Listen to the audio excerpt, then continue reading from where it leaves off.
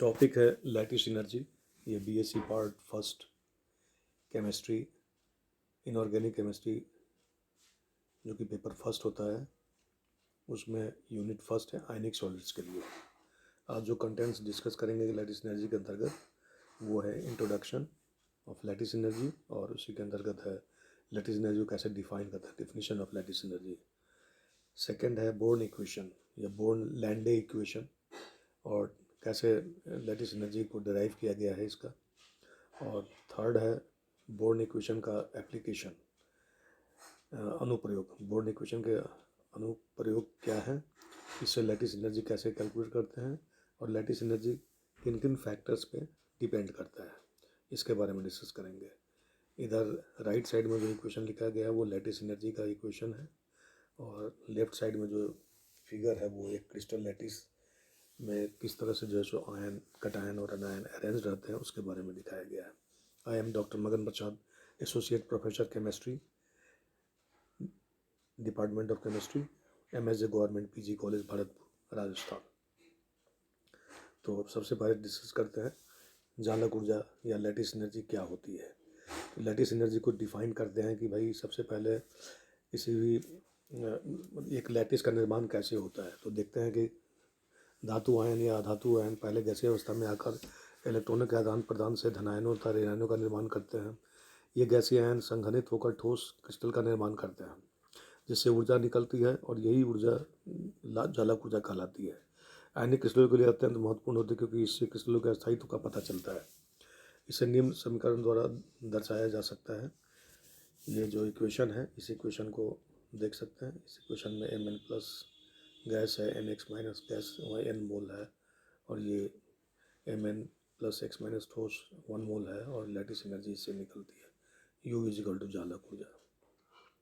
अर्थात किसी आयनिक क्रिस्टल की जालक ऊर्जा वह ऊर्जा है जो अलग अलग गैसीय आयनों द्वारा एक मोल ठोस क्रिस्टल के निर्माण में निकलती है।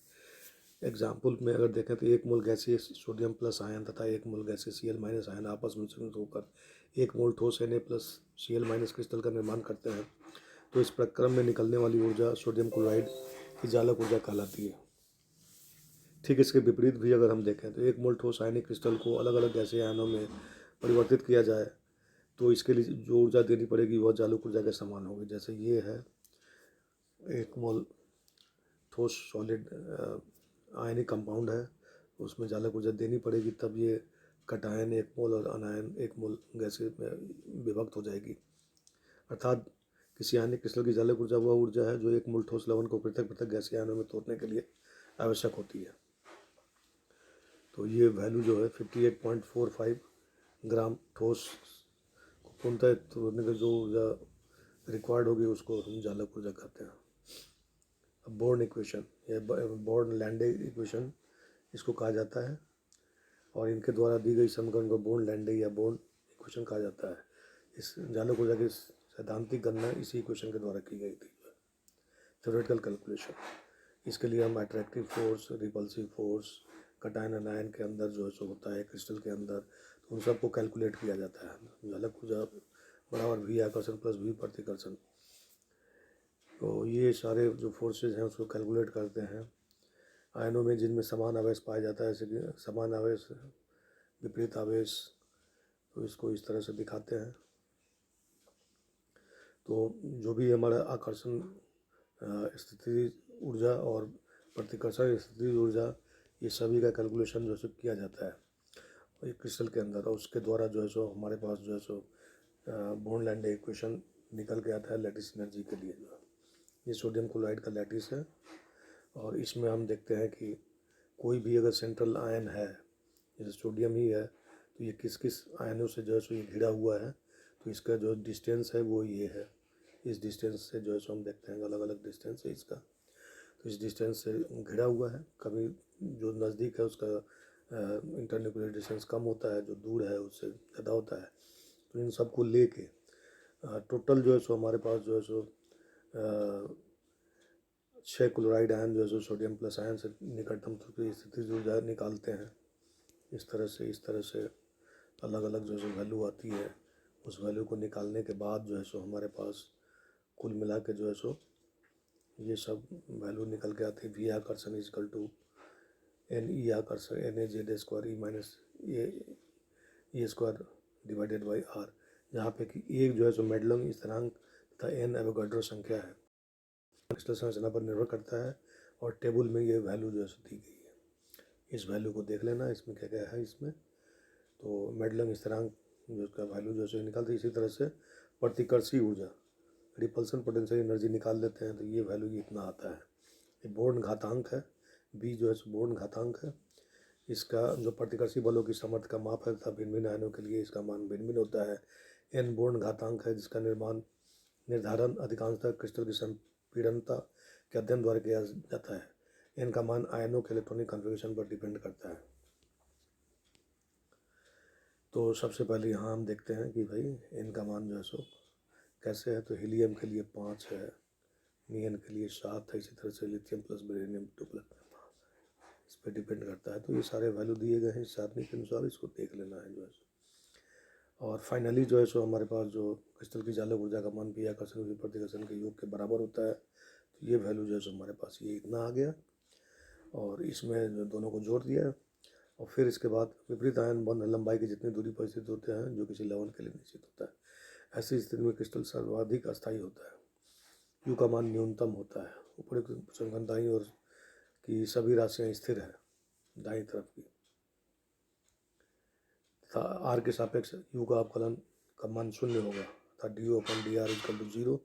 इस तथ्य का उपयोग बी का मान निकालने में किया जा सकता है। ऊपरी संख्या का अवकलन करने पर हमारे पास ये वैल्यू ये वैल्यू ये वैल्यू आता है। Finally U is equal to minus इतना इतना एन 1 ये वैल्यू हमारे पास निकल के आ गया। और उपयुक्त बोर्न समीकरण सामान्य रूप से इस इक्वेशन के द्वारा दर्शाया जाता है। ये हमारे पास फाइनली जो है सो लेटेस्ट एनर्जी के लिए इक्वेशन है, U equal to minus N A Z plus Z minus A square के 1 माइनस 1 अपॉन एन के टेम्परेचर है। बोर्न समीकरण पर चालक ऊर्जा की गणना में से प्रभावित करने का वाले कारक। तो बोर्न समीकरण से चालक ऊर्जा को प्रभावित करने वाले कारकों के बारे में स्पष्ट संकेत मिलते हैं। इस समीकरण एन तथा ई तो स्थिरांक है, लेकिन जेड आर ए तथा एन लवणों की प्रकृति के अनुसार परिवर्तित होते जाता है। चालक ऊर्जा मुख्य रूप से इन कारकों पर निर्भर करती है। आयनिक आवेश ये सब डायरेक्टली प्रोपोर्शनल है, क्योंकि चालक आयनिक आवेश के गुणनफल के समानुपाती चालक ऊर्जा में वृद्धि होती है। तो क्रिस्टल में देख सकते हैं कि चालक ऊर्जा मोनोवैलेंट आयन्स हैं, जहाँ पे यूनिवैलेंट आयन उसमें की वैल्यू जो है सो कम होती है, और इसमें ज़्यादा है। ट्रिपल अगर दोनों डबल पॉजिटिव और डबल नेगेटिव चार्ज तो उसकी वैल्यू और ज़्यादा होती है। आयनिक त्रिज्या जैसे जैसे बढ़ेगी चालक ऊर्जा का मान उससे घटेगा। तो हमारे पास ये इक्वेशन है, U proportional to 1 upon R plus plus 1 upon R minus. तो एक वर्ग के आयनों के लवणों की चालक ऊर्जा का आयनिक त्रिज्या बढ़ने पर कम होती है। उदाहरण के लिए क्षारीय मृदा धातु की फ्लोराइड और ऑक्साइड की चालक ऊर्जा वर्ग में ऊपर से नीचे आने पर घटती है।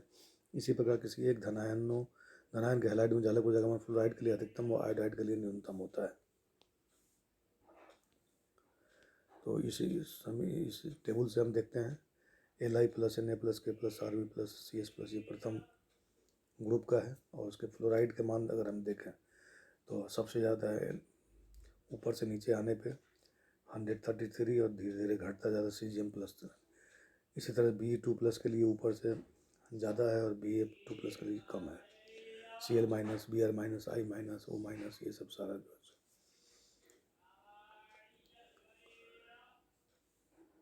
क्रिस्टल संरचना आयनों की समानुपातिक संख्या मेडलों स्थान का मान बन चालक ऊर्जा का मान बढ़ता है। लेकिन क्या होता है कि ये इतना इफेक्ट नहीं करता जितना कि आयनिक त्रिज्या इफेक्ट करती है। इसलिए अगर इसका मान थोड़ा सा अगर ज़्यादा भी है तो भी ऐसा नहीं है कि उससे जो सो मतलब लेटिस एनर्जी का मान बढ़ेगा। ये रेडियस पे डिपेंड होता है, और इसी का कंक्लूजन यहाँ दिया गया, चूँकि आकार का प्रभाव मेडलों स्थान के प्रभाव से अधिक प्रभावी होता है। वास्तव में CaCl की चालक ऊर्जा मेडलों स्थान अधिक होने के उपरांत भी NaCl की तुलना में कम हो जाती है, क्योंकि यहाँ पे आकार इसका बड़ा है। इसलिए radius CS plus Na plus की तुलना में बड़ा आकार चालक ऊर्जा को कम करने का प्रयत्न करते हैं। आयनों का इलेक्ट्रॉनिक कॉन्फ़िगरेशन बोर्न घातांक n इलेक्ट्रॉनों की संख्या बढ़ने पर बढ़ता है, आयनों में इलेक्ट्रॉनों की संख्या में वृद्धि होने चालक ऊर्जा का मान कम होगा। क्रिस्टल में सहसंयोजी गुण अगर बढ़े तो भी चालक ऊर्जा में के मान में कमी आ जाती है। चालक ऊर्जा में कुछ संशोधन किया जाता है कि विभिन्न पदों का मान रखने पर चालक ऊर्जा का प्राप्त मान यद्यपि समानता प्रायोगिक मान के काफ़ी निकट होता है। जैसे NaCl का सैद्धांतिक मान 757 किलो जूल पर मोल है, लेकिन प्रायोगिक मान है -778 है। फिर भी सही गणना के लिए कुल बल जो अंतरायनिक आकर्षण को प्रभावित करते हैं उस पर विचार किया जाना चाहिए। और चालक ऊर्जा के मानों के संशोधन के लिए निम्न घटकों का योगदान शामिल करना आवश्यक है। एक है वैन डर वाल्स फोर्स है, दूसरा है 0 पॉइंट शून्य बिंदु ऊष्मा 0 पॉइंट एनर्जी, और तीसरा है उस आयनों की ऊष्माधारता। तो इन सभी बलों का समावेश जो है सो इसमें करना चाहिए लैटिस एनर्जी निकालने के लिए। अब कहते हैं कि भाई इन बलों का वैन डर वाल्स बल है, ये बल सभी परमाणु आयनों के मध्य पाए जाते हैं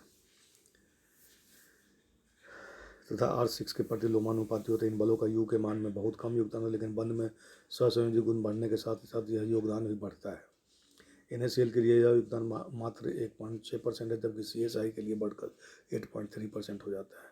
शून्य बिंदु यह आयनों की कंपन की ऊर्जा है जो क्रिस्टलों के परम ताप पर भी पाए जाते हैं। इन कंपनों का प्रभाव वैन डर वाल्स बलों के प्रभाव का विपरीत होता है। आयनों की ऊष्माधारिता अंतिम परिणाम में ऊष्माधारिता के प्रभाव को भी सम्मिलित किया जाना चाहिए।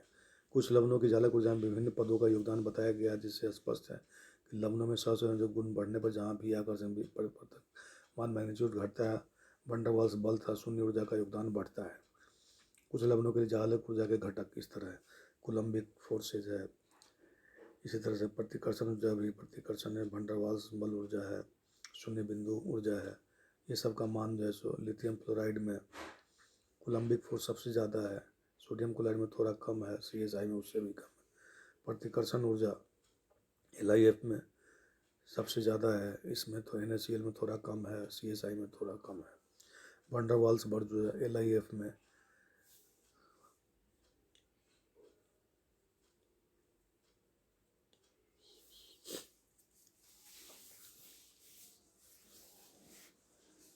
-16 है, इसमें NaCl -12 है, और इसमें सबसे वैन डर वाल्स फोर्स -46 है। शून्य बिंदु ऊर्जा इसमें +16 +8 +29। इस तरह से हम देखते हैं कि लैटिस एनर्जी कैलकुलेशन में कुछ करेक्शन आवश्यक होता है, जिसमें कि van der Waals forces, 0 point energy, आयनों की ऊष्माधारिता, ये भी सम्मिलित किया जाना चाहिए। भले ही इसका योगदान कम होता है, लेकिन फिर भी प्रायोगिक मान के निकट पहुंचने के लिए इन सब का समावेश आवश्यक है। तो इस तरह आज का टॉपिक हम यहीं पे समाप्त करते हैं।